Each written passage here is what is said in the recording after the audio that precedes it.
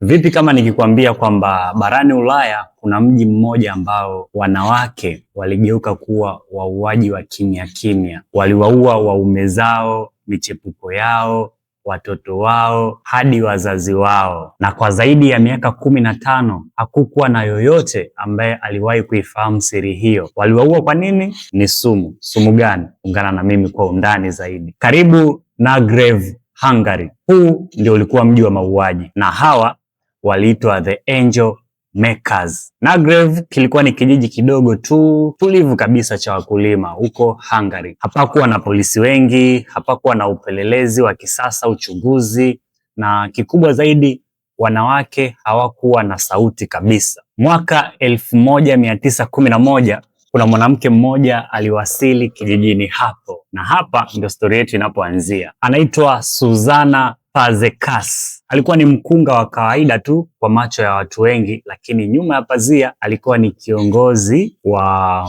nilite genge au nilite kundi la wanawake ambao walikuwa ni wauaji. Kuanzia mwaka 1914, as we know, vita ya kwanza ya dunia ilikuwa ndio imechachamaa. Hivyo basi wanaume wengi kutoka Zagreb walikamatwa na kupelekwa vitani kwa lazima na nchi yao ya Hungary, na walioachwa kijijini walikuwa ni wanawake wenye upweke na umaskini kwa sababu consequences za vita. Na hapa ndipo mambo yakabadilika. Wanawake wengi walianza kuchepuka, mimba za michepuko zikawa mingi, lakini tukumbuke kwamba mimba hizo hazikuwa sahihi kisheria kwa sababu walikuwa ni wake za watu, walikuwa wanachepuka na watu wengine ambao sio wamezao. Suluhisho lake likapatikana kwa mtu mmoja bwana, bibie Zuzana Fazekas. Katika kipindi cha miaka 18 ya ukunga wake, bibie Zuzana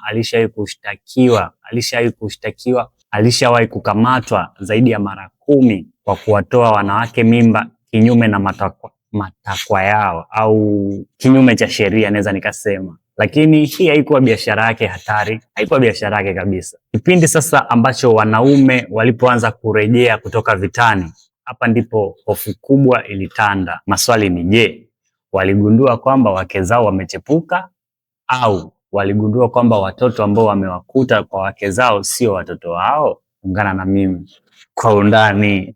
Na hapa ndipo Zuzana alipotoa suluhisho la mwisho. Ipo hivi, kwa kuwa waume wa wanawake hao katika kijiji hicho cha Hungary wamerejea kutoka vitani na wanawake wale walishakuwa na michepuko na wengine wameshapata ujauzito. So ili kuepuka wame zao kugundua kwamba wanawake wamechepuka au watoto sio wa kwao, solution ilitolewa na Bi Susan lilikuwa ni hili. Susan alitumia sumu ya arsenic ambayo ilitolewa kwenye karatasi za kuulia nzi na kuanza kuwagaia wanawake wa kijiji hicho kwa lengo kuu moja, wawaue michepuko yao. So mwanzoni ilikuwa ni simple tu, wanawake hao walitumia sumu hizo kuua ile michepuko yao ili kusuluhisha mambo na waume zao, lakini baadaye wanasemaga bandu umaliza gogo, si hivyo. Wahenga wana maneno mengi na wahenga wakosei.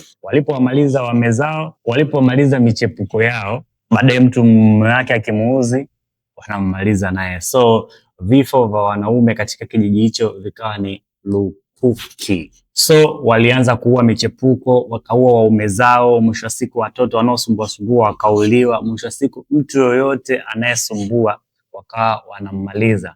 Though lilikuwa ni jambo la siri, hakuna aliyekuwa akijua kwamba kuna watu wanaua watu, walikuwa wanachukulia kama ni vifo vya kawaida. Wale wazazi ambao walikuwa ni wabishi wanakula sumu ili watu warithi mali. Nani wanakula sumu, watu wanaendelea na maisha yao. Hadi kufikia mwaka 1920 kijiji cha Zagreb kilipewa jina la utani kama kijiji cha mauaji, lakini bado kulikuwa hakuna mshtakiwa yoyote kutoka kijiji hicho. Kwa nini walidumu kwa muda mrefu? Bibie Zuzana alikuwa karibu sana na daktari mkuu wa mji huo au kijiji hicho, kwa sababu sasa hivi ni mji ila kipindi hiko ilikuwa ni kijiji, na binamu yake Susan alikuwa ni karani wa vyeti vya vifo. Hivyo basi Vifo vyote viliandikwa kama ugonjwa wa kawaida tu. Hapakuwa na uchunguzi wowote, hapakuwa na mashaka yoyote machoni pa watu. Makadirio yanaonyesha takribani wanaume 300 waliuawa katika kipindi hiko, kipindi cha katikati ya mwaka 1914 mpaka mwaka 1929. Hatimaye mwaka 1929 uvumi ukaenea nje ya kijiji. Serikali ikaingilia kati na uchunguzi ukaanza rasmi. Makaburi yalifukuliwa, uchunguzi ukaanza, mili ikaanza kuchunguzwa, ndipo wakagundua kwamba takribani mili 300 walikutwa na sumu hiyo ya arsenic. Wanawake 34 na mwanaume mmoja walikamatwa. Katika wanawake 34, wanawake 26 walifikishwa mahakamani, 8 walihukumiwa kunyongwa, huku 12 wakifungwa jela kwa miaka mingi na wengine waliachiwa kwa kukosa ushahidi. Bibie Susanna Fazekas yeye alijiua kwa sumu kabla ya kukamatwa.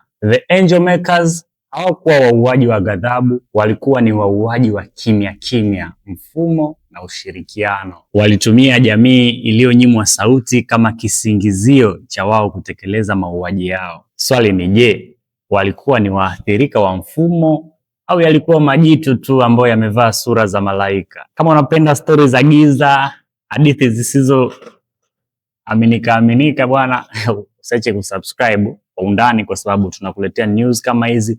Ni ukweli mtupu, lakini ni ngumu sana kuuamini. Mimi naitwa Credo.